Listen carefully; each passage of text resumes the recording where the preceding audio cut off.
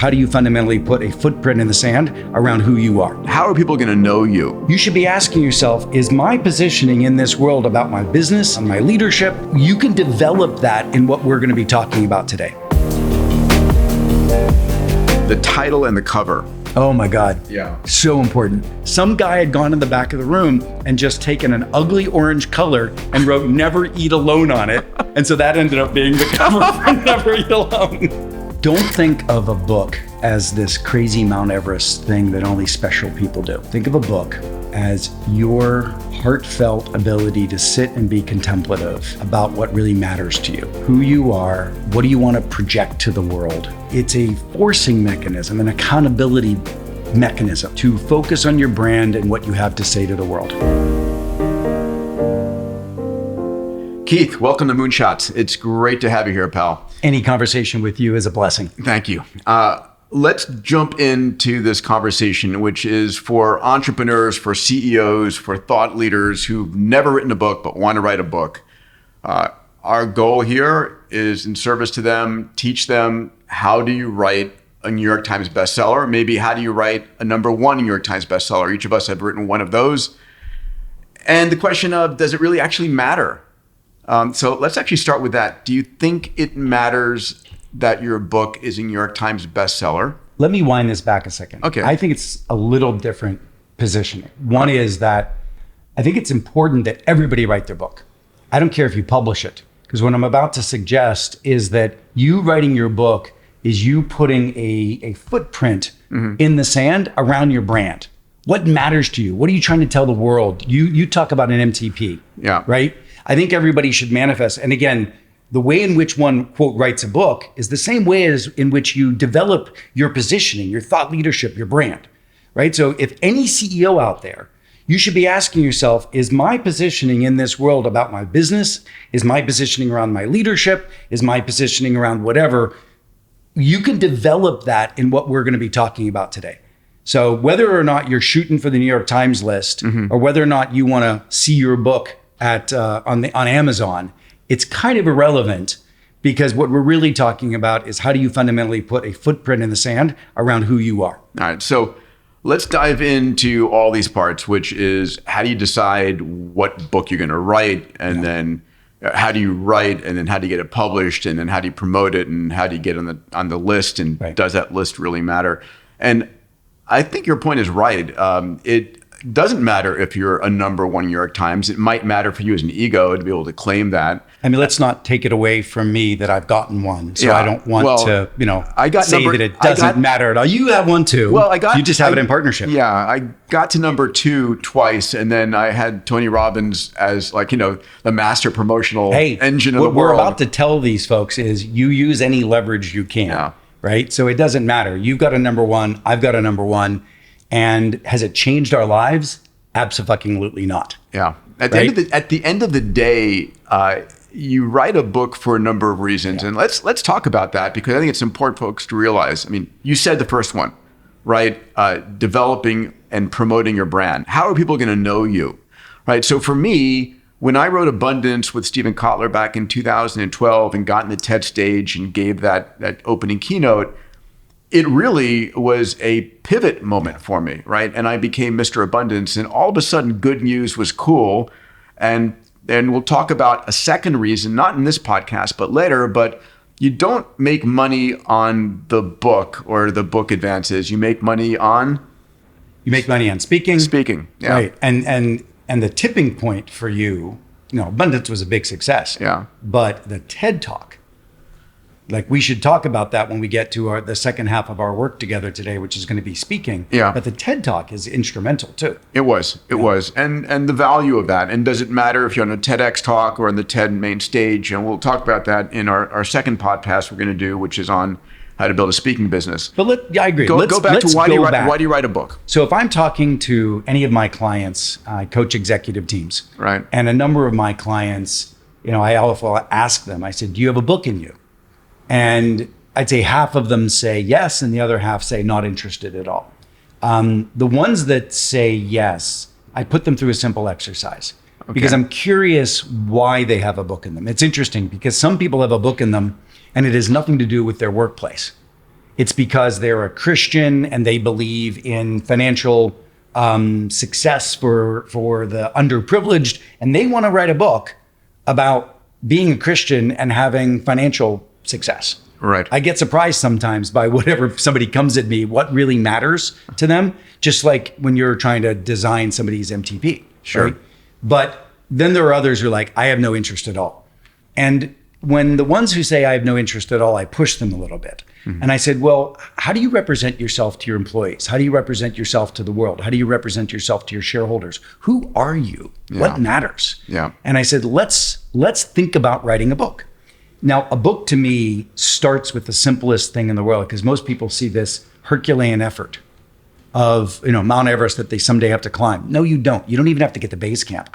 All you got to do is, and what I always say is, go on a piece of paper and write 10 sentences that define for you what you have to teach the world or what you want the world to do differently. Just 10 things, right? And try to make them in some order of flow.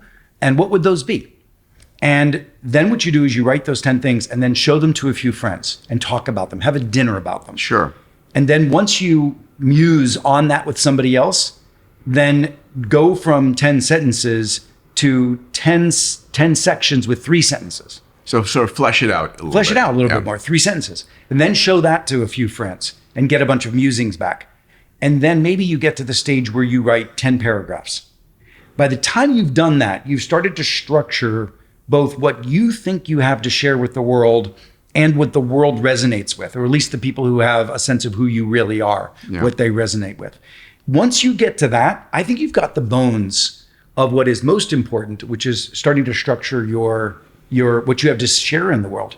I mean, at the end of the day, a book is moving someone through a sequence of thoughts and feelings so they come out the other end understanding the point you wanted to make, right? And you and I, one of the things I think books fail to do, and this is something that I've lived my life on, I think if there's a core element of my brand that I'm starting to realize about myself, it's not whether I was the relationship guy with Never Eat Alone or the future of teams, with competing in the new world of work and other things.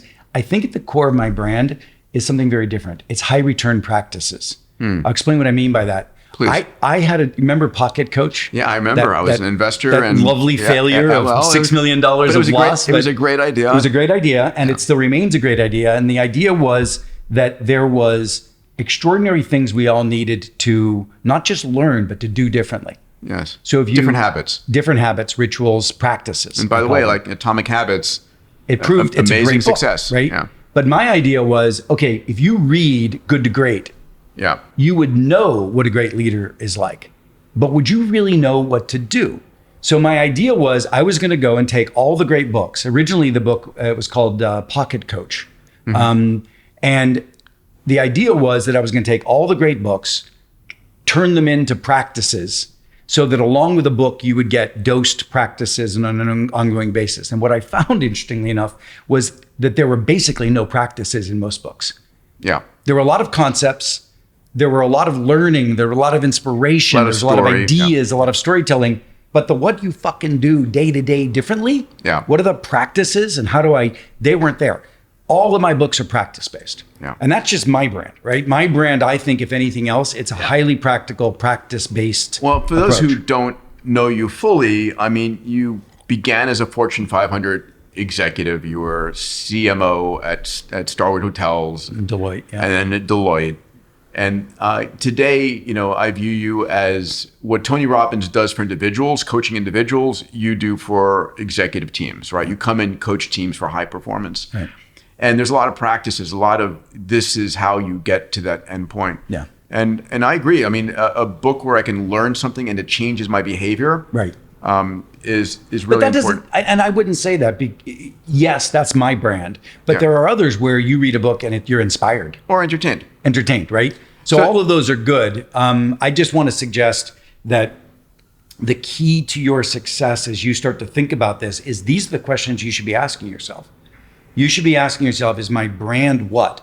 And how does a person, when I have communicated on paper or on stage with an audience. What does that audience look like? So let's go into the basics. Yeah. Who am I speaking to? That's different. Yeah. You speak to entrepreneurs. Now, the overlap of that is that you also inspire and speak to Fortune 500 CEOs, but that's not your core audience. Yeah. Right? My mission, my MTP, inspire and guide entrepreneurs to create a hopeful, compelling, and abundant future. I want to go back to why write a book. And you said something a little bit ago. I mean, first of all, we talked about what you said about defining your brand. Yeah. Right. Because if you have a book that really defines your brand, your employees, and again, speaking to entrepreneurs, a great book can launch a company, right? A great book can launch you as an entrepreneur, as a CEO, can align your organization. Tony Hsieh, Delivering Happiness. Yeah, and then exponential organizations that I recently wrote with Salim or EXO2. It also can allow you to pivot, right? And this is something that you've used in your life. Yeah. So you and I were talking about this yesterday when we were having lunch. I like to use books to learn. Not to read and learn, but to write and learn. To force you to learn. It's a forcing mechanism. Yeah. So, when I wrote my first book, Never Eat Alone, it was an accident. I always had a book in me. I mean, you want to hear the funny little story? Yeah, I want to hear it. I want to know, why did you write that book? Yeah. So I always had a book in me. And remember, I had been the chief marketing officer of 2 companies, and I thought my book... And pretty significant companies. Big companies, and I thought my book was going to be about marketing. Sure. And I came out to Los Angeles and I was an entrepreneur. I had left marketing because I wanted to be a CEO. I was working for Michael Milken and I was running one of the companies in his portfolio. And somebody came to me and said, we would like to write an article about you on your success. You had such crazy success. You were a Fortune 500 executive by the time you were 30. Mm-hmm. And then you're a CEO, blah, blah, blah. And so they wrote an article about me. And it was about my perspective. And this is very important for anybody thinking about writing your book. Again, when this journalist came to me and said, I want to write an article about your success, I stopped and I didn't want the narrative to be run by him. Huh. I stopped and I said, give me 24 hours and I'm going to write for you the 10 things that I think defined my success. Okay. And I delivered those to him 24 hours later after thinking about them. And he called me back and he said, you've just written my article. My article is going to be those 10 things. And we're just going to go in more detail now. Right. So the structure, I commanded my own narrative. And it was about things like deepening relationships with individuals, being authentic, being generous, all those things. And then when that article got published, somebody reached out to me and said, you should write a book on that. Now, remember my head. I want to be a CEO of a major company. I'm a marketer. That's where I am. And somebody comes along and says, you should write a book about this world of networking and career development, et cetera. And I said, no. I said, I don't want to do that. That's not my brand. I'm a corporate guy. Yeah. I'm going to be a CEO. And they said, we'll give you $250,000. And I'm like, I'll do it. So it was. And we'll talk about advances and how much is real and so forth. I had a not too dissimilar story on my first book. It was just after the X Prize. The X Prize had reached some level of popularity, but had not been won yet. And I read an article that a guy, Stephen Kotler, wrote about me. He wrote one in GQ and one in, I think it was Wired at the time.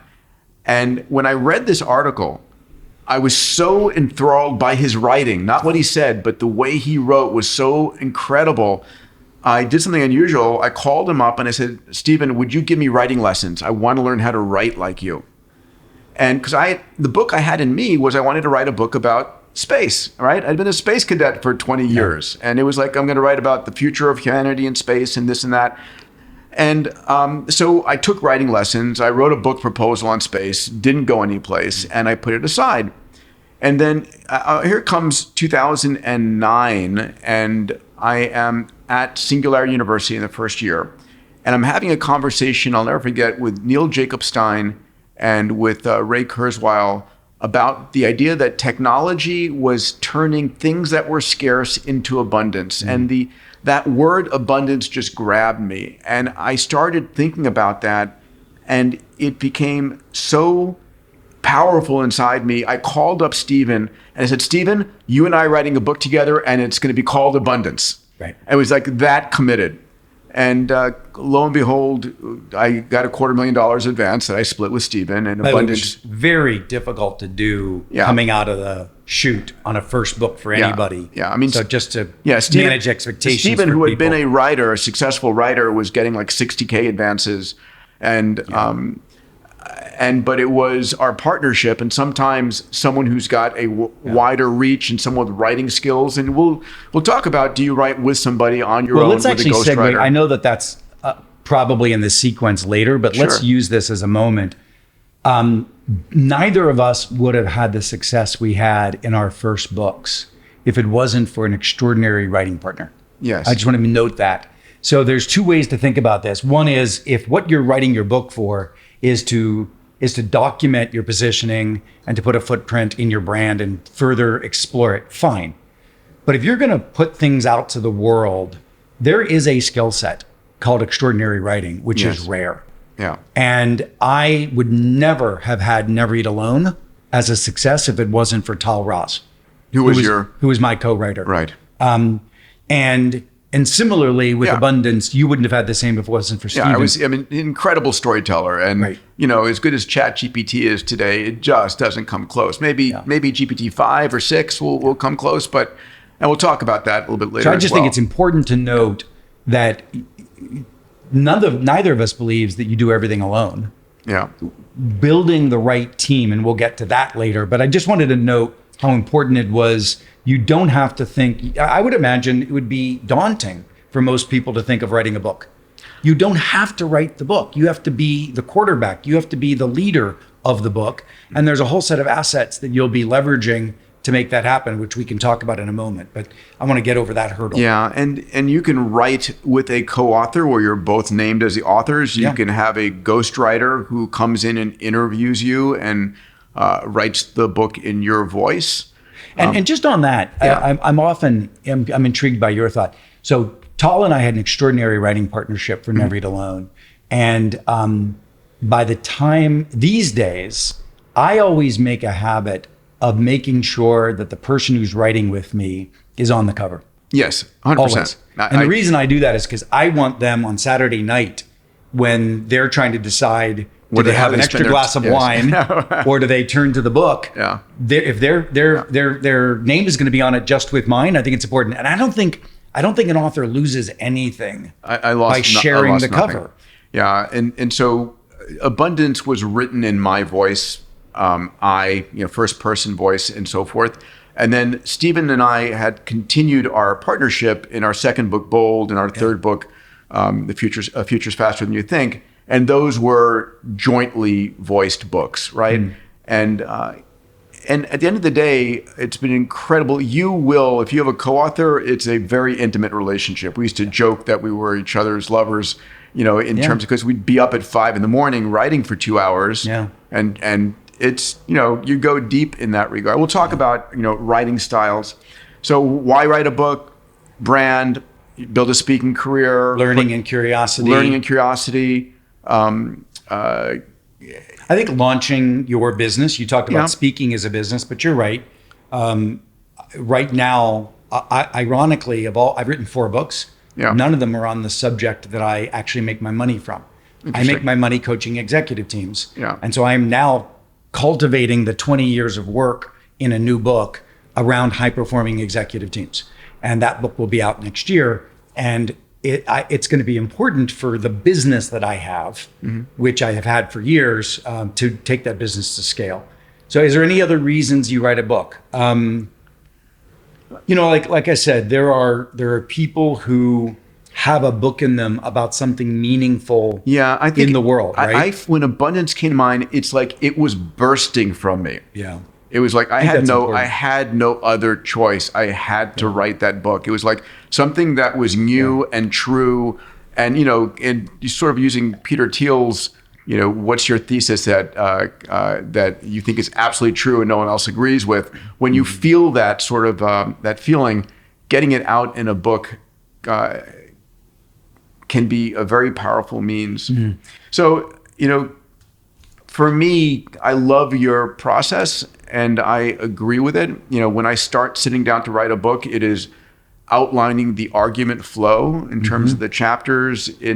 One of the things that I think is very important in books is storytelling.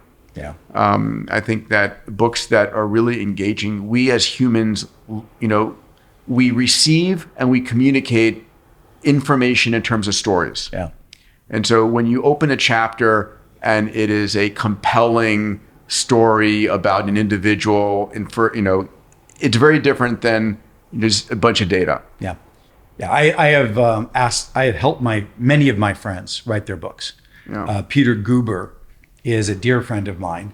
And when I remember one time sitting out on my balcony for a dinner party, and Peter Guber, who mostly known these days as one of the owners of the Warriors, who really helped turn that franchise around, the Dodgers helped turn that franchise around, but also an Oscar-winning movie producer. Peter and I were sitting, and I asked him, I said, what is your great dream? What's next? And he said, I have made a legacy in my product that people will always remember, some of the movies that got Oscars. He said, but there's something underneath it that I want to leave as a real legacy, which is helping the world tell better stories. And so I helped coach him through the process of writing his book on storytelling. And what's from his perspective, it was legacy. He was writing a book for legacy. Sure.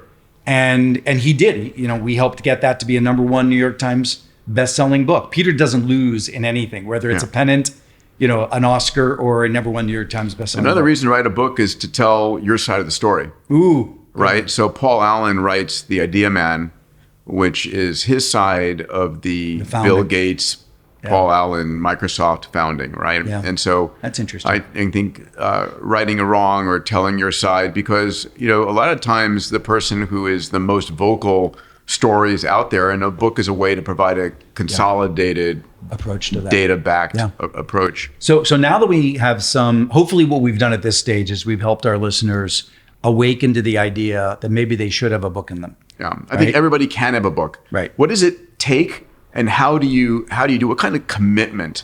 So I was never a good writer in high school or in college.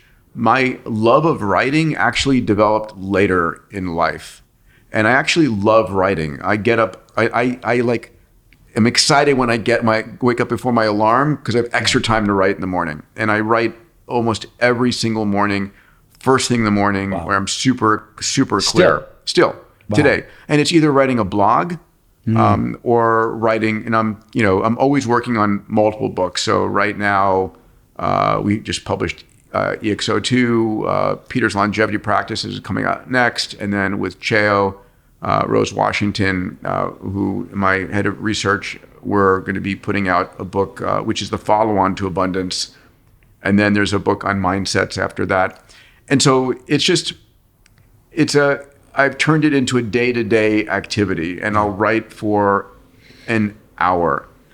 Stephen Kotler once taught me that if you can write a single finished page per day, that would put you at the most productive, book writers out there. So that's a book a year. So that's not my process. What do you do? Yeah. I need designated sitting time to write my books, to write anything. So I have a writing day. So my Fridays, it took me a long time to block off my Fridays. And today is a Friday, and I'm doing this for you. Thank you, Pat. And also for our listeners. Right? And I'm doing this for you. Yeah, actually, I'm doing this for you.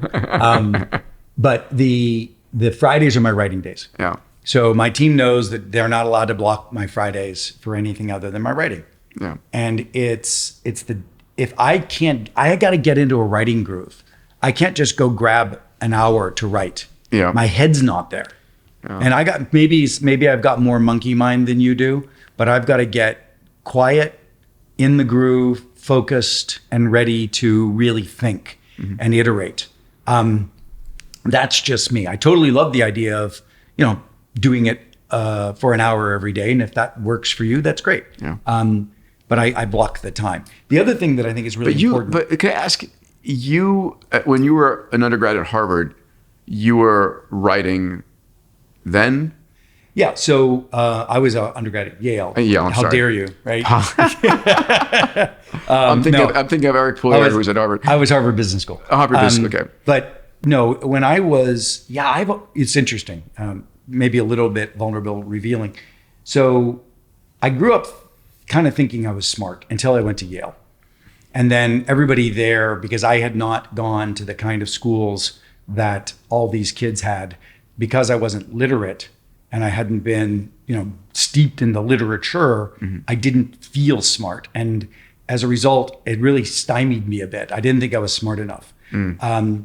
And it took me a while to regain again my confidence in my intellect, because I was smart in a different way. That's shocking to me, since I've never seen any aspect other than the brilliant intellectual. Well, you see it, and I guess it was always there. But when you've got a bunch of people, these erudite philosophers who have read all of Kant and Nietzsche, and I hadn't done that. Yeah. I felt minuscule. So it set me back. But when I graduated from Yale, I got into business and I started writing about the things I cared about. I started writing manuals in manufacturing for continuous process improvement down at the plant front line. So I wrote my first book right out of Yale, working at a manufacturing company about worker empowerment. So soon as I started getting practical, my writing started to show up. And you enjoyed it? I loved it. I loved it. And that's when I knew I had a book in me, and I knew that my intellect wasn't this erudite stuff. It was very practical in nature, and I wanted to crack the code of continuous process engineering, of changing the way the world works. That's always been my core. So here's the question of the times, of course, is the use of ChatGPT in writing, right? So it's not cheating. I think it's ridiculous. No, I'm not calling it cheating, but but I think a lot of people have been saying that. I don't get it. I think, listen, if you say to ChatGPT, write me a book on this topic, and it spits out, you probably can get it to write you an outline and then say, please flesh out chapter 1 for me, and then flesh it out again, and you can probably get a book written. And what's wrong with that? Well, a question is it your thoughts versus the consumed thoughts of the internet? But what's wrong with that? If the intention is to be of service to a community, you and I had played the other day with some really interesting prompting theories. Prompting is a clever thing to do. Sure. And if you get really clever at sequentially asking better and better prompts, which get ChatGPT to write a better and better book or a better and better whatever, and look, maybe your point is, and you should say, co-authored by ChatGPT. I think at a minimum, you should disclose that information. I have no problem with that. I mean, for me right now, and I've seen long form content generated by ChatGPT, and it was missing. No, but that's another thing, which is if you create a book with ChatGPT, and it gets out there, you have to suffer the consequences of a mediocre piece that hasn't been fully fleshed out with your own ideas, right? But at the same time, one of the challenges people have is staring at a blank page. Which is a great way to start. And I find ChatGPT as a mechanism to say, okay, give me ideas. You know what you're going to write about in this chapter conceptually. And if you can outline, like you did, here's the key points I want to make. Can you provide some content on top of it? It can break a logjam and give you an ability to get started. I want to take you and the viewers into a very terrified moment I had less than a few months ago, where I hadn't been fully immersed in the prompting within ChatGPT. I knew it was there. I hadn't had time to really play with it. And here I was right in the middle of my major book, my tome, my legacy of high-performing teams. This is going to be the most important book that I've written, perhaps aside from Never Eat Alone. Thus far. I'll get many more. Right? You do. And we'll talk about the pivots. But I got scared shitless because I sat there and I thought, wait a second. I didn't ask ChatGPT what it has to think about this book that I have now structured and formalized and ready to ship. What if ChatGPT could make it fundamentally better? Yeah.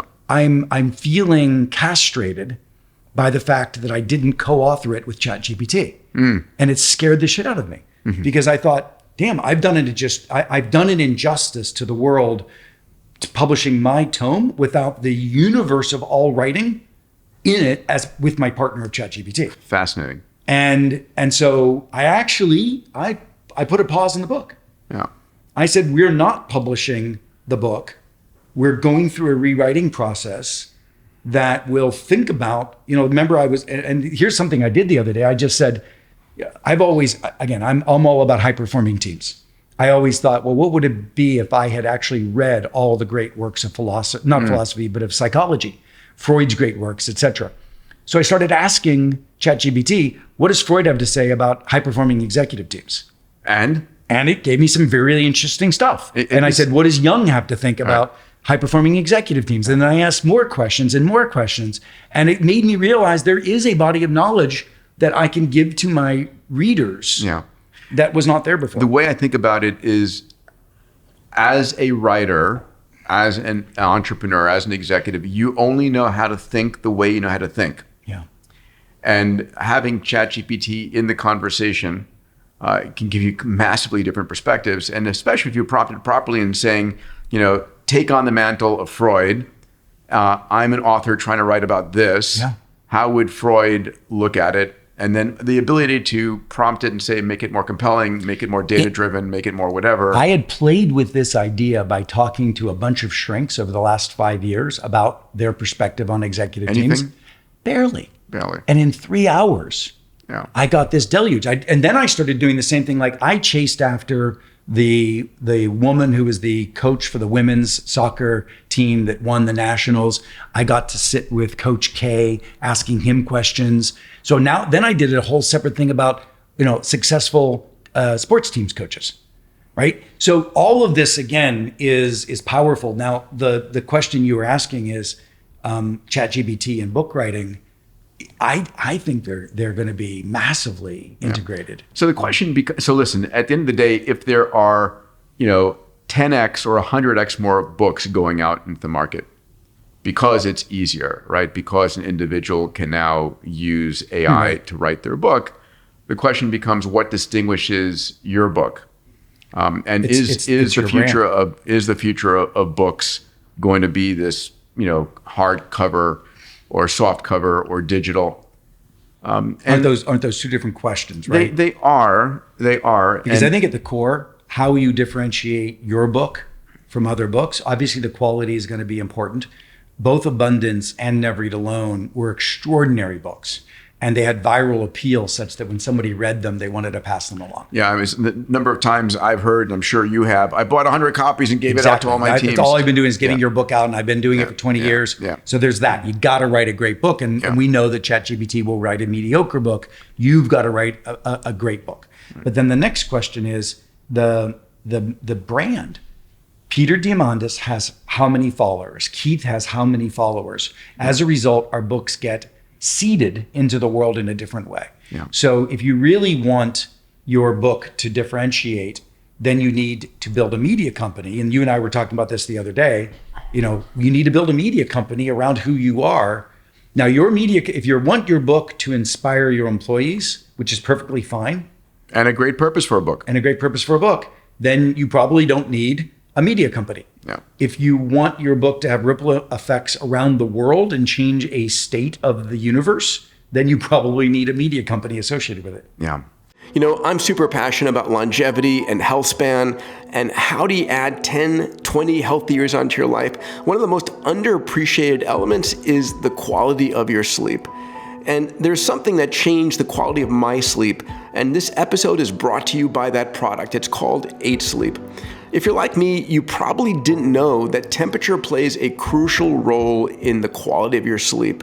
Those mornings when you wake up feeling like you barely slept, temperature is often the culprit. Traditional mattresses trap heat, but your body needs to cool down during sleep and stay cool through the evening and then heat up in the morning. Enter the pod cover by 8 Sleep. It's the perfect solution to the problem. It fits on any bed, adjusts the temperature on each side of the bed based upon your individual needs. You know, I've been using pod cover and it's a game changer. I'm a big believer in using technology to improve life, and 8 Sleep has done that for me. And it's not just about temperature control. With the pod's sleep and health tracking, I get personalized sleep reports every morning. It's like having a personal sleep coach. So you know when you eat or drink or go to sleep too late, how it impacts your sleep. So why not experience sleep like never before? Visit www.8sleep.com, that's EIGHTSLEEP.com/moonshots, and you'll save $150 on the pod cover by 8 Sleep. I hope you do it. It's transformed my sleep and will for you as well. Now back to the episode. Let's dive into a few of the other fun subjects. We talked about writing process. I'm every day. You're on Fridays. One of the things I loved in writing with Stephen Kotler is the back and forth, right? I would write a chapter and he would write a chapter. We'd exchange them and edit them. And then the thing I found really powerful was we'd get on. Back then it was Skype we would get on with every morning, and we'd read the chapter out loud. Mm-hmm. And reading the chapter out loud really is, for me, the way to take a chapter to finish, because it's got to sound compelling and not boring to you. And when you read it, it's very different when you speak it. So I think we have a very different way. Yeah. You seem to write from the beginning with an expectation that what you're writing is somewhere in the direction of final. I do not. And you explore. I write in a radically agile process. So I expect my chapters to be rewritten 20 times, significantly rewritten 20 times.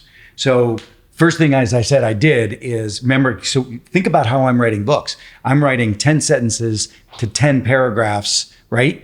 And I'm iterative. And every one of those is a turn. Sure. Once you get to a chapter and you've got the first paragraph, now it's, for me, it's throw up on the page anything you would want, free form writing, anything you'd want to think about in this. Then what I do, because I'm not expected to be the expert in writing, it's the difference between you and me.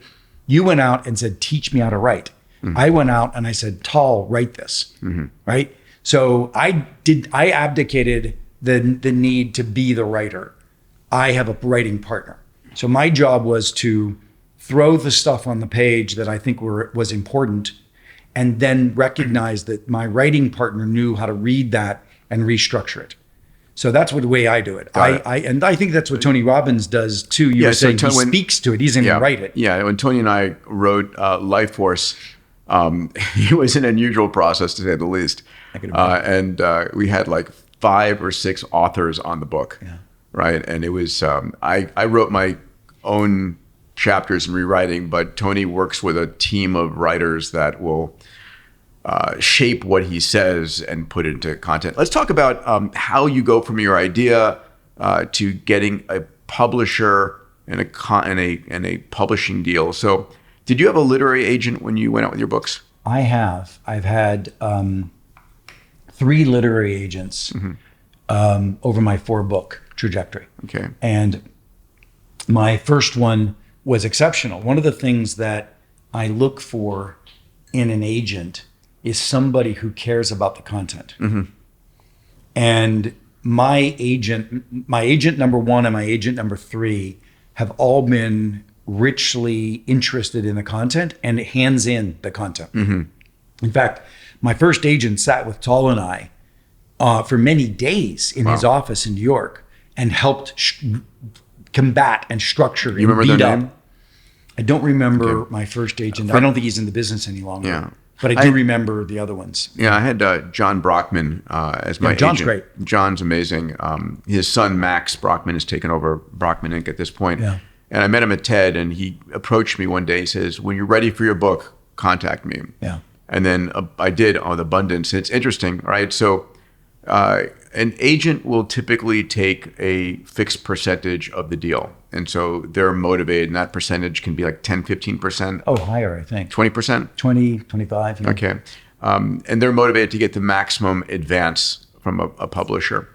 Now, interestingly, for a fiction book, if you're yeah, please. Let me debate that. So my agent now, so my 3 agents, the first agent was a small single shingle guy. Yeah. And he really got in, and every loan wouldn't be successful without him. Got it. We ended up not needing an agent because we went with the first person who helped us birth the book, somebody who just read the article and said, you should write a book. Then we went and got an agent, we shopped it around, but we came back to the person who discovered me, so to speak. Sure. Then what I decided to do is I wanted a named agent after that. I thought, I'm a big shot now. So I went to William Morris Agency, which is now William Morris Endeavor. Yeah. And I got one of these big named agents. And I remember Ari Emanuel calling me when we hit #1 New York Times bestseller. I didn't know who he was. I didn't know I'm not an entertainment guy. He's like, who's got your back, baby? I'm like, who is this? He's like, Google me, motherfucker. What do you mean, who is this? He literally said that. I know Ari, and it's like my experience of Ari is being in his office, having a conversation, and him having a conversation on 2 different phones at the same time. I'll call you right back. And I just like... For those who don't know Ari Emanuel, Yes. he's the guy who was the Ari in the series Entourage. Yes. Yeah. Yeah, Anyway, very but what I found out about that whole thing, interestingly enough, was that person didn't care about my book. Yeah. That person It's was all about maximizing maximizing the income for the book. And frankly, because I was a business book and business hadn't gotten cool on, there was no Netflix, et cetera. There was no tale. There was no movie for Never Eat Alone, Right. that sort of thing. So I think today, by the way, there could be. I think there's a genre now emerging. Like you see Brene Brown has her TV series and all that kind of stuff. But anyway, today, Esmond Harmsworth, he is a gem. He works in the detail of the content with us. And what I was going to say is, in my last book, he agreed we went with Harvard Business School as a publisher. Mm-hmm. And this is important. Most publishers don't matter. Harvard Business School does. Mm-hmm. Harvard Business School has a category around the world that if your book is published on Harvard Business Review, Harvard Business School, people know that it has had peer review. It's had some degree of academic pressure to it. And as a result, there are business people in China and Vietnam who will go to their catalog and use their book. And as a result, speaking engagements go up on an international basis because you've got a Harvard Business School book. So I just wanted to put that out there.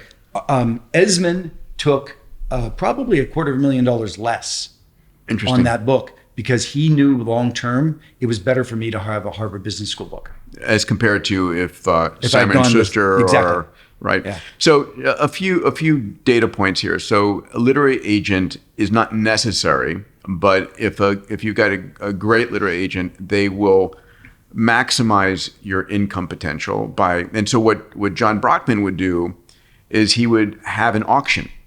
So their proposal, I was amazed. So if you're writing a fiction book, you typically have to write the entire book and turn in a complete manuscript on a fiction book. On a nonfiction book, you write a book proposal. You write a book proposal. And a book proposal is typically an outline of each of the chapters, what it's going to mean, and how you're going to market it, and it may or may not include a chapter. It should include 2 chapters. Well, these days you don't, but Abundance did. Yeah, Abundance did not. Did not. Did not. Brockman did not want a chapter. Interesting.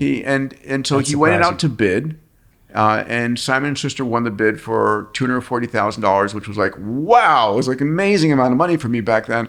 And by the way, when people hear about your advance, just to be clear, that number 240,000 is split over 3 payments, right? So you get a third up front before you start writing, a third when you deliver the manuscript, and a third when the soft cover comes out. So it's not all up front. That was my deal. I don't know. Yeah, they're all different. I mean, most of the time it's a third, and the third has something to do with the success of the book or some delivery of some aspect of the book. But let me go back. I think what's important for our listeners is, number one, if you want your book to be a big success out in the world, having an agent is one path, and we'll talk about another path, which is self-publishing. Yeah. But having an agent is one path. But please make sure that you find an agent that you love and they love you and they love your ideas. They love what you're talking about. And they get their hands dirty. That's my big recommendation. The next piece then is, what is a book proposal? You should write a book proposal, which is you write the introduction, which is telling somebody what the book's all about. And again, in a sense, that's the first chapter. You write about the book, and then you write a structured outline of the book with half a page per. Now that's one version of it, and I've often been told that you need 1 or 2 full chapters because they don't know if you're a good writer. They don't know if and maybe in my case, you had Steve Kotler. Steven Kotler was a known writer, right? And I was a known marketer, promoter, entrepreneur. They just want to see that you could structure a chapter that's pretty good, right? So they want to see that on paper. And that's what you're selling. What a lot of people think they have to do is they have to go out and write a book and then sell a book. Only in fiction do you do that. Yeah. In this case, fiction or a biography. I suspect a biography, you might want to write the book. Yeah. But in the case of a book proposal, so that's your next step, is write your book proposal. And your agent will bust their ass to make sure it's a good proposal. My agent has rewritten my book proposals. So me and my co-writer Which is how they earn their money. That's how they earn their money. And then what they have that you don't is they have the network of the 10 people that they're going to go pitch your book to. Yeah. You do not know the 10 publishers that would buy your book tomorrow. They do. And so that's the idea, that they're out pitching your book to people that they know who they are. So you're going to sell a book with certain rights. And one of the things to think about is there's audible rights, there's the spoken book, and there's international rights. And when you sell your book to a publisher, they may say, we want US rights only, we want global rights. Usually try to get it all. They do. And I've in both ways sold it just US rights and then had bids for rights around the world. In translations, right? So like Abundance. And again, this is where your agent coaches you. Yeah, and the agent's incentivized to maximize your income. And it was always fun to get like, oh, here's another language. I like, Abundance and exactly, and all these languages. Yeah. So you write the proposal, you submit it. Again, whether you're going with a known publisher or a press or Amazon entered the business and disrupted the business in some interesting ways. They're now buying books. So let's talk about that. So the publisher piece is first. Agent and going direct to a normal publisher, that's there. Yeah. Why do you want to do that? Well, you want to do that if you think you can get an advance, which allows you to pay for your writing partner, which allows you to pay for your marketing, right? And you also want to do it similar to why some entrepreneurs want to bring investors. You want accountability. You want to have a third party giving you some pressure. They've invested in your book, so they're going to be expecting shit back from you. And you also might want to do it because there's a group of people coaching you, just like if you bring in an investor, your investors are now your coaches because they put money in you. And they're going to tell you, what they expect from you. So there's a lot of reasons to do still traditional publishing. But every author knows that it's a very challenging and vacuous process in many ways. The publisher does not do much for you. Can we put a giant exclamation point on this? Yeah. You think the publisher is going to promote the book and create press and really drive sales, and in the final result, they don't. They do their best. They do, but they have and they have 1,000 books, etc. So you are going to drive the reason success. People love Ferrazzi is because when I came out with Never Eat Alone, with Who's Got Your Back, the reason it was #1 New York Times bestseller was I had a successful book. They gave $240,000. I think they gave me close to $1 million for my second book because off the back of the first one, they're expecting this go to the next level. And they give you a year to do it. Yeah. Right. The first book, how long did it take? Well, my first book took me 35 years to write because it was the book about my life. It took Abundance took about 18 months to write. The Futurist Bold took about a year, and Futurist Faster about a year. But it's interesting. Once you turn in your book, then it's a year. It's That's another the other year. problem with going with a traditional publisher. So, don't think you're going to get it published the next month. That's the big problem. Yeah. If you, I'm worried about my team's book because for the sake of my business and where I'm going right now with scaling my business, I want my team's book in the market now. Yeah. And I know that the team's book is going to take, once I'm done with it, it's going to take another fucking year. If you go with a publisher versus self-publish, right? Which is the next side So of the let's talk equation. about self-publishing. So, which you know more about than I do. Yeah, so just to be clear, I went with Simon and Schuster for the first 4 books. The fourth one was Life Force with Tony. We got a multi-million-dollar advance. It was huge. And I didn't pocket a dime of it, either did Tony. That money was spent on writers. It was spent on promoting the book significantly. Yeah. And we donated millions of dollars to health and longevity research. Mm-hmm. So it was great. I loved it. The book I just published with Salim, Exponential Organizations 2.0, we decided to self-publish. Mm-hmm. And how was the process? The technology is a lot better. So there's a gentleman by the name of Carrie Oberbrunner who runs a company called Igniting Souls. And he is a complete turnkey self-publication. So he has writers, promoters, translators, everything on staff. Mm-hmm. And it's just a lot faster. And so Carrie... And does he get distribution in independents and bookstores as well as on Amazon? He does, to some degree. Not as much as a publisher would. And also he does have international outreach and so forth. Probably not as much as a publisher would. But so at the end of the day, it is a fixed price with him. And all revenues from the book come to the authors. Yeah, right. So that's the difference. And by the way, when you get in advance, $250,000 or $1 million, you got to earn that up. You, so let's you explain have to, that you have to sell $1 million of profits, which almost no books do. Yeah, very few books earn their advance.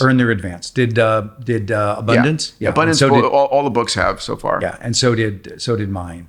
But that's a big deal. And then you don't have to give the advance back. That's important to know. It's like you get $250,000, you're pocketing that, and that's the bet that the publisher has made on you. And if you don't sell when you say you don't sell $250,000 worth of books, you're getting 15-20% of a book. At most, I forget the math. At most, right? When a book sells for $20, $5, yeah, or whatever, $20, right? You get a nickel. It's 25 cents, something ridiculously small amount of money, right? Right, and that's what gets credited to your advance. Right. The piece that you got, not the $25, but the piece that you got, gets credited to your advance. So you have to sell exponentially that many books to earn up your advance. 250,000 books to earn back the $250,000 of advance, right? Right. It's crazy. And so the challenge, I think, so the math on that is a little bit weird. And then you get spiffs for international publication, but you don't get advances you don't get royalties on those. Like if you every time your book gets published in Vietnam, you get $5,000. Okay, it's a one-time thing. They buy the rights. They buy the rights and they buy them outright, and that goes to you as cash in your account somehow. But that's all you see. That's all you see. You don't get the tail. Yeah. Now, and most books don't have tail. Yeah. Most books don't have tail. The self-publishing is very interesting because, to your point, you're paying a one-time fee of X tens of thousands of dollars to this person. Yes. And every bit of the book that you sell, you set the price $20, $25. That's all coming to you. Yeah. I'll tell you, the thing I love most isn't that. Yeah. It's the speed. Yeah, I get this. And when I'm writing about exponential technologies and entrepreneurs, I can't publish this thing. It's a year out of date is ridiculous. Look, you and I both take our full advance and we pour it back into marketing and then some. Yes. Right? You and I pour it back into writing partners, research, and then some. But there are some people that watching this that could think of this as an income stream. It can. And if you do self-publishing, you could probably do a better business that way, particularly if you built your media company. Yeah. And that's the point, which is if you go self-publishing, you're getting nothing from the publisher. So we don't give the publishers too much credit for doing a ton, but they do some. Mm-hmm. Now it's all on you, right? It's all on you if you self-publish. Yeah. You have an extraordinary book list. You have an extraordinary presence. You snap your fingers and your team lines up 20 of the most important podcasts that you're going to go hawk your book on. And as a result, it sells. I just want to make sure that we're balancing for folks who are watching who don't have a media business. Yeah, the books don't sell themselves. You have to sell them. You have to sell every book. Yeah. It's packaged. Now, which I want to talk about putting your marketing plan together for your book. I have a good old school from back in the time when I published a book, a binder with tabs. And here's a tab on podcasting. Here's a tab on et cetera. Yeah. Right. Doing your book, we could probably do an entire podcast just on the book marketing. Absolutely. That's an entire thing. And it's critically important. I'm going to hit a couple of other things here. The title and the cover. Oh my God. Yeah. So important. It is. And battles and battles and battles. Oh yeah. I literally, the only time I lost my cool in Never Eat Alone was over the cover of Never Eat Alone. A funny story. So Never Eat Alone comes out, the book's done. So here's the thing. Make sure that you write in your contract. Yes, you have control. You have control. Yeah. Because most of the time you do not. There's a lot of times in the book contract, the publisher owns the control. Yeah. I didn't realize international covers are different. Are different, and they're controlled by the local. They're not. There are publishing. There are book covers out there that look like crap, and I have nothing I can do about it. The English book title for Never Eat Alone, I hate. Yeah. So the book cover was a guy's hand with a business card on top of a white plate, as if like I'm handing you a business card at lunch. Now, you laugh because you know that couldn't be further from who I am and what I wanted. Like, I looked at that and I should have been a credit card. I flipped the fuck out. I was like, are you kidding me? That is transactional networking, smarmy bullshit. I'm all about authentic, generous relationships that are life-changing for both parties. And I said, bullshit. And so I puffed and puffed and said no and said no and said no. And the publisher got so pissed at me that they said, well, fuck you. This is supposed to be out tomorrow. I said, I'm not going to promote it because I didn't have any rights. Yeah. I didn't have any rights. They could do it and I said, fine, then I'm not going to promote it. I said, you want to fucking have rights over my book cover? I'm not promoting it. Fuck you. And so they said, well, fuck you. Here's your book cover. Some guy had gone in the back of the room and just taken an ugly orange color and wrote Never Eat Alone on it. And they said, fuck you, here. And I'm like, good, it's done. It's better than that other thing.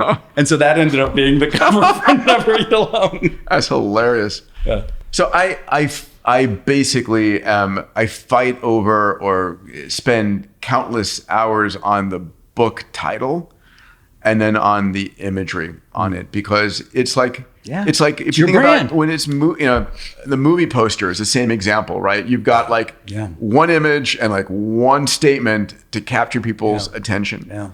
And it's important. One of the things I would do is do A/B testing by Google Ads of different book names and covers and see what people would click on. But to your point, the reason we both care goes back to the very beginning of our talk. It's your brand. It's who you are. It's how you represent your heart, yourself your soul. in the world. Yeah. If it really is a book that is meant to represent you, every aspect has to represent you.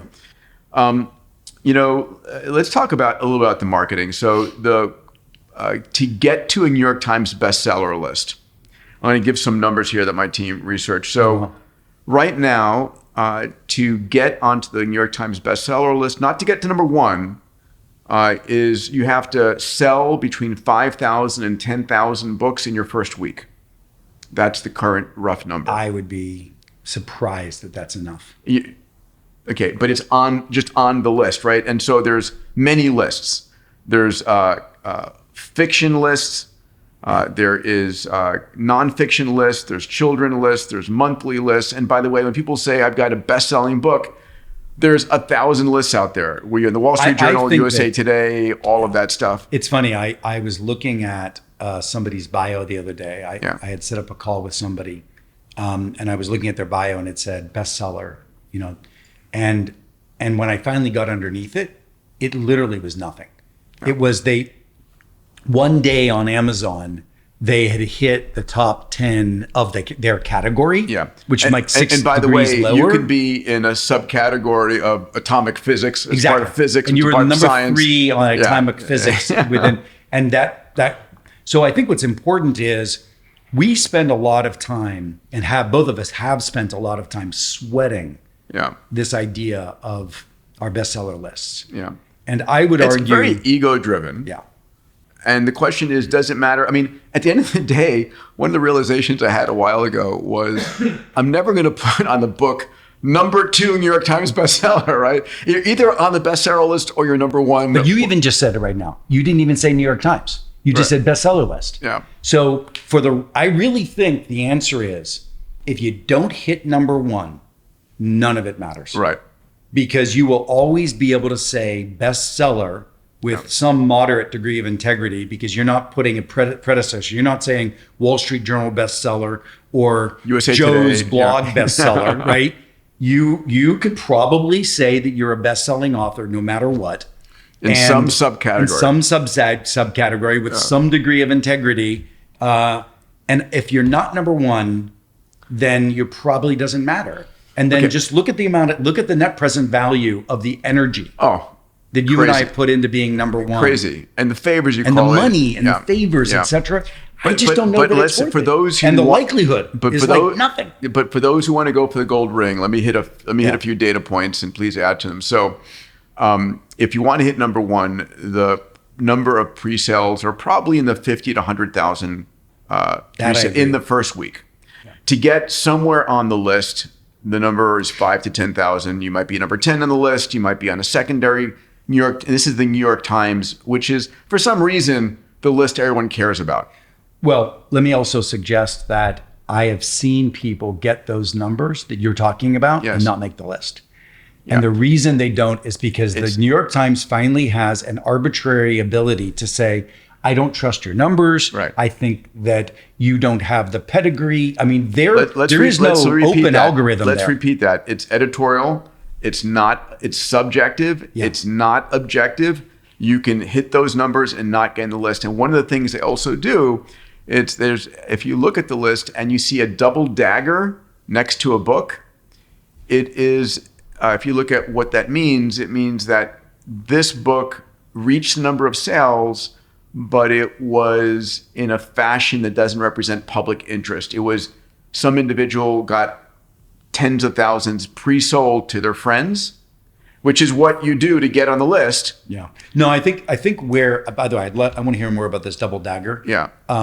Where I think it is unethical, and I've heard of people doing it. I don't know anybody directly who's done it, but people who are rich and buy 50,000 books and they send them to their warehouse. Yep. And they'll recognize that there's a very intricate process, which is probably inside baseball, but if you go on the Amazon and you buy 5 books, yes, it counts as 1. So Amazon reports a transaction of a book purchase. Yes. And so what was happening for a period of time is there were agencies that were created. Yeah, I remember them. I hired one. Yeah. And it would be I had friends of mine who had companies that wanted to support 100 books.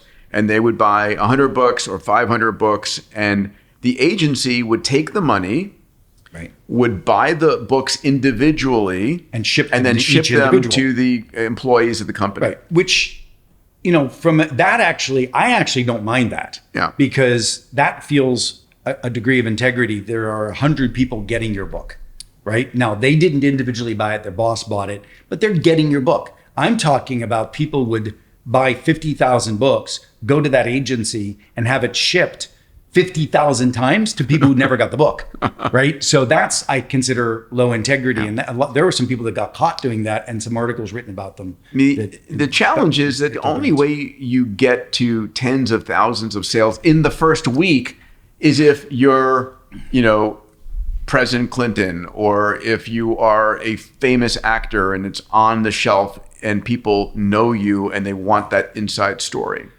What I was about to How'd share. You do it? Yeah, what I was about to share. Again, this was back in an era. Yeah. When what I cared about was the list, right? So when I was trying to make the list, I went out and found a partner. Back in the day, you remember University of Phoenix? I do. I was doing some it's consulting. Still around. Yeah, sure. It's doing well. I was doing some work with University of Phoenix. Yeah. And they really believed in the book, Who's Got Your Back? Because I was helping them design peer-to-peer coaching groups, young kids that at the university would be in small peer-to-peer coaching groups as a part of the learning experience. Mm-hmm. and alumni that would be in peer-to-peer coaching groups in some part of their career development. And so when Who's Got Your Back came out, they're like, that's an amazing book. We should get it for all of our students. And let's go on a book tour around the country. Yeah. And so I ended up raising $2 million with University of Phoenix to just support my book launch. Amazing. Right? Great. And it got #1 New York Times bestseller. It's non-traditional marketing and thinking. Yeah.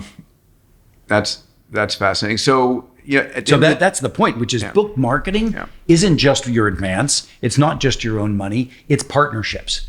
Working with partnerships with outside organizations. What I did on Bold to drive it again to #2, and both for Abundance and Bold, it was some sequel to a fiction book, sort of like I think it was 50 Shades of Grey was like hitting #1. Oh, I thought you were like, Bold was like 50 Shades of Grey. I'm like, I got to go back and reread that. I don't remember that in the book. It was like the follow-on to 50 Shades of Grey that was #1. It was like, no way I was going to beat it. I mean, I don't care how many I sold.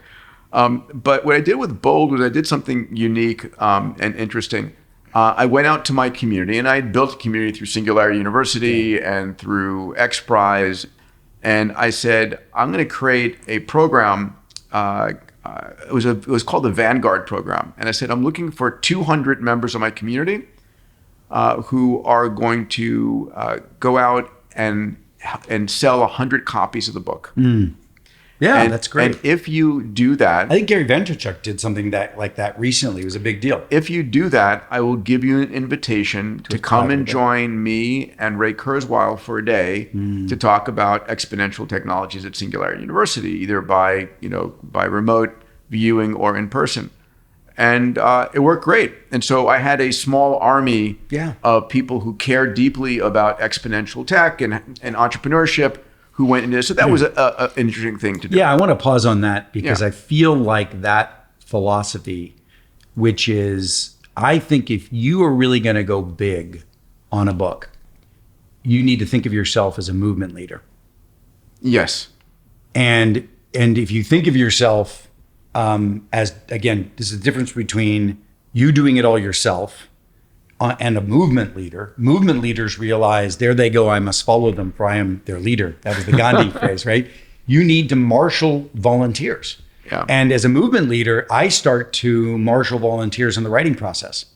Mm-hmm. I go out to people who care about what I care about because they've been following me, and I ask for case studies, examples. I ask for volunteers for people who are curious about a topic that they would go spend a month doing research on the side for and deliver it to me. Yeah. So I get people involved. That's what happened in EXO 2.0. Salim had built OpenEXO as a large community of thousands of entrepreneurs, and they contributed ideas, they reviewed chapters, and then they were there to promote the book. And we did, the day we launched the book, we did a 5-hour free global webinar, right? Teaching everything that was in the book, and then offered the book at 99 cents on Amazon for the digital copy for 2 weeks, really for those individuals. It really is about getting creative these days.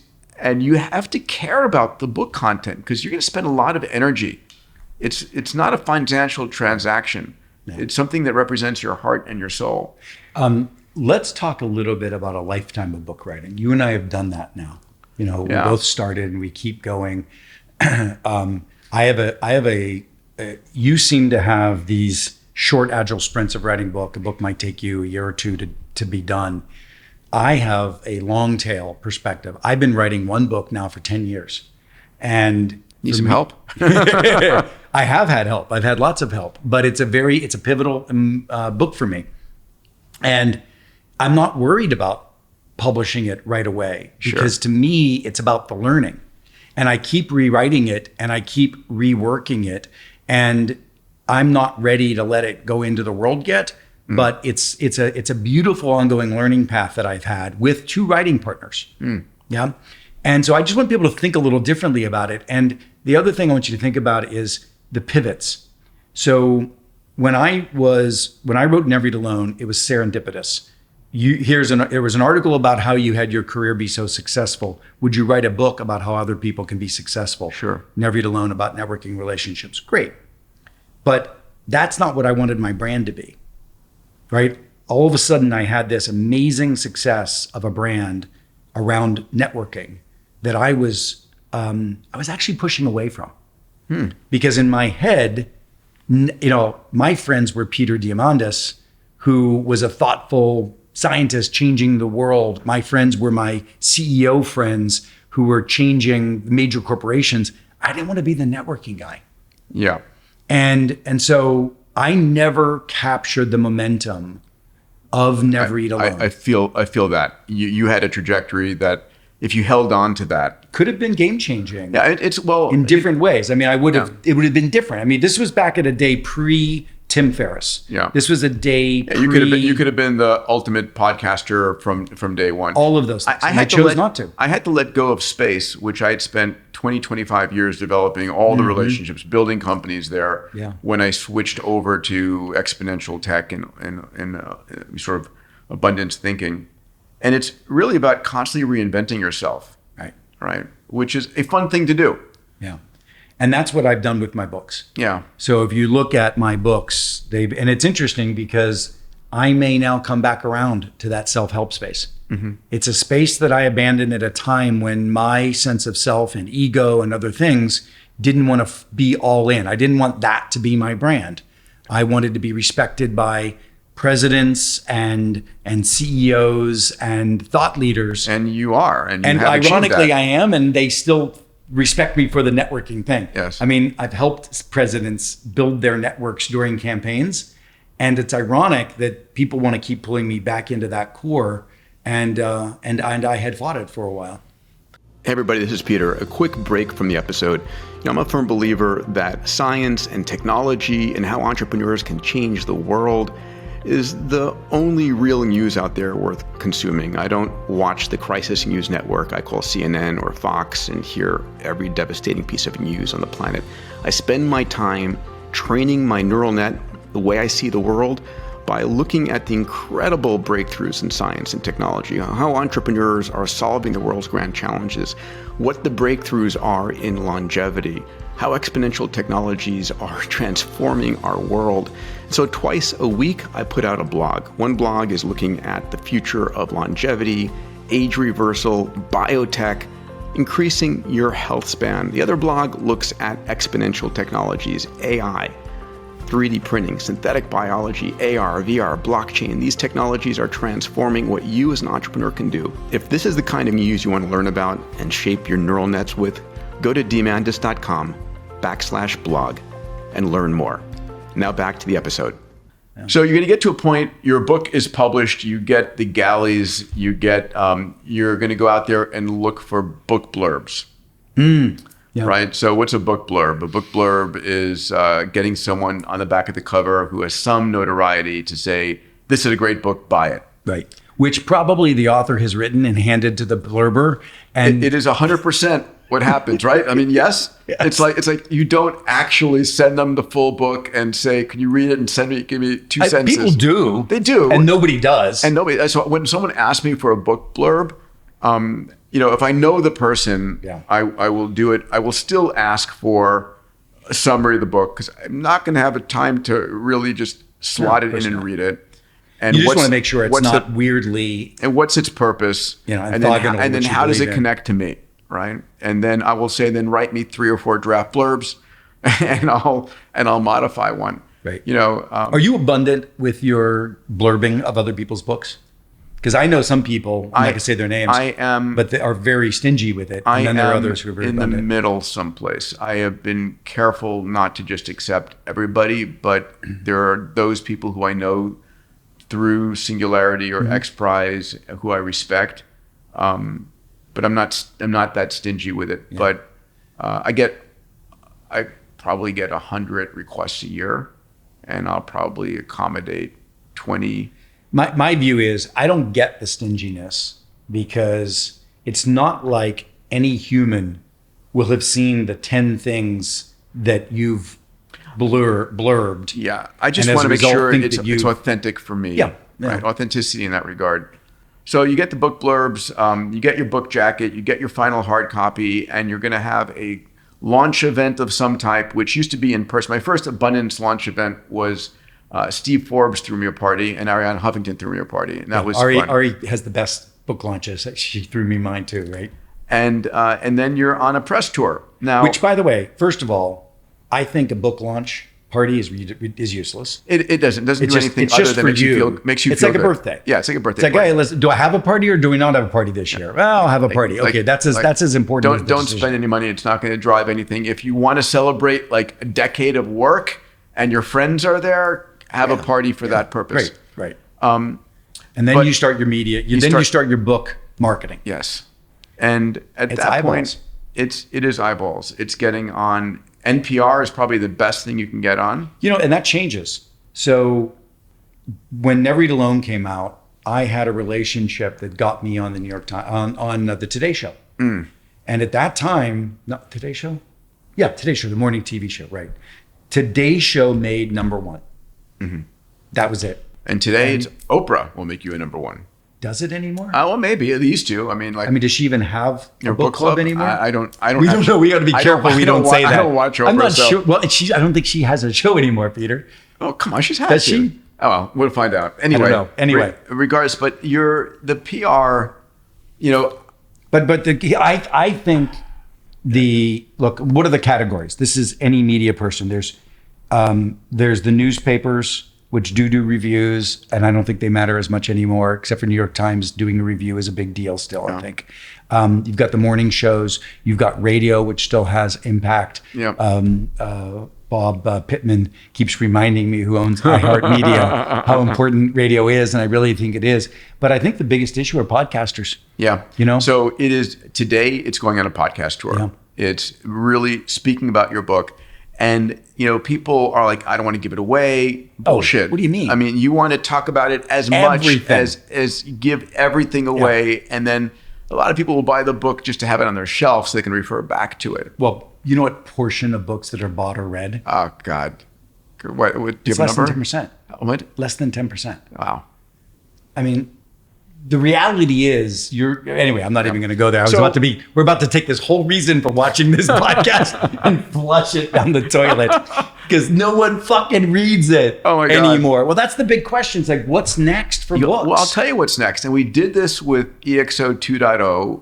We basically trained a GPT-4 model on the book and all the research. And you're talking to the query. Is that the thing I was talking to Peter Bot? That's a different version. And Peter Bot is trained on all of my books. Yeah. And you can ask it concrete questions like, how do I develop an abundance mindset or an exponential mindset or whatever it might be? Or how do I'm in a cement business in Sao Paulo. How do I turn myself into an exponential organization? And the book will give you context and a reason. Your books, I hope my books, deserve to be read beginning to end from people who really believe in what we're writing about. If somebody wants to, I'm about to write the most important consummate book today of high performing teams. The last teams book was 20 years ago. Wow, things have changed. Which was Pat Lencioni's 5 Dysfunctions of a Team, which everybody still refers to. Yes. But think about what's changed in 20 years. So my book that we're about to publish is going to be very meaningful and important in the world. Most books don't have that gravitas about them. And, you need to ask yourself again, what are you writing for? Sure. I'll tell you, one thing that I've done recently is as I'm writing a book, I will release chapters or portions of chapters as blogs, right? And I ask for feedback. Yeah. And I develop an audience on that way, right? Andy Weir, who wrote The Martian and wrote like my favorite book of the decade, Hail Mary, both fiction books, came out of no place. And he wrote his book, The Martian, and released it as chapters on the internet for feedback. And then people get afraid that if they do that, they're giving it away and no one's going to buy the book. It just doesn't work that way. No, abundance it works in this regard. So give the information away, get the feedback, develop people who want the next chapter in that regards. And I think that's really, important. So, What do we have to say in summary? Feels like we're getting there. Yeah, let's wrap this up. One last thing. Do you read your own books on Audible? Oh, great question. Yeah. And so when Abundance came out and they chose the reader, and I listened to it, I was horrified. I was like, oh my God, I could not listen to this person for a chapter. You'd rather Peterbot read it. Oh my God. So I ended up reading with Stephen, read Bold and Future is Faster. Do you like the process? I do. I enjoy reading it because I can put the inflection into it. It takes, a day and a half, 2 days to read a book. Yeah. I hate it. I know. Well, the thing that's interesting is you don't have to actually read it perfectly. You can But you have to read it 3 times. You read a sentence and then you fubbed it and you read it again. Ugh. I mean, my skin is crawling thinking about it. So the answer is I've not read any of mine. Okay. Well, I'll tell you, we just trained up my voice model on 11 Labs, and it feels really good. And I'm sure not with the inflections. But not with the meaning, right, of the personal story that goes like, oh my God, when you convey it in that regard. But it will get there. Yeah. But in the meantime, here's what I say to reading your book. I think it's a beautifully generous gift to give your readers that I've never given them.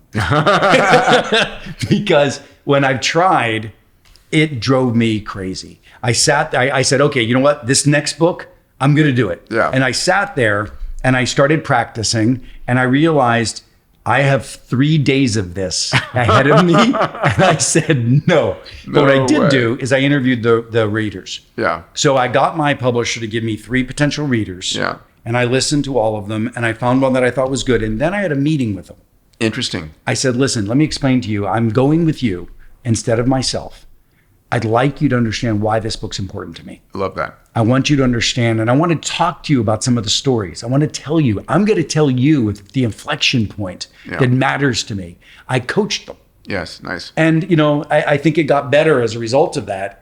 But I agree I should be a more generous, better human and read them myself. Well, I'll tell you something that is interesting, that David Sinclair, when he wrote Lifespan, and he had a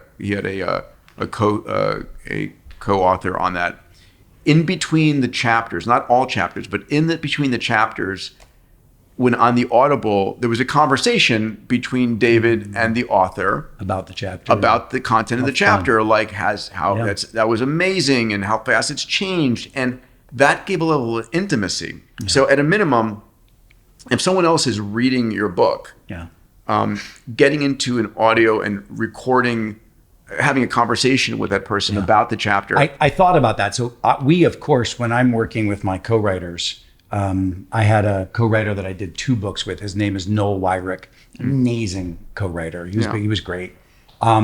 He and I would get into some really knockdown, drag out fights. He'd be like, that doesn't make any sense. I'm a book writer. I know what this is. I was like, but you've turned it into mush. And we're yelling at each other.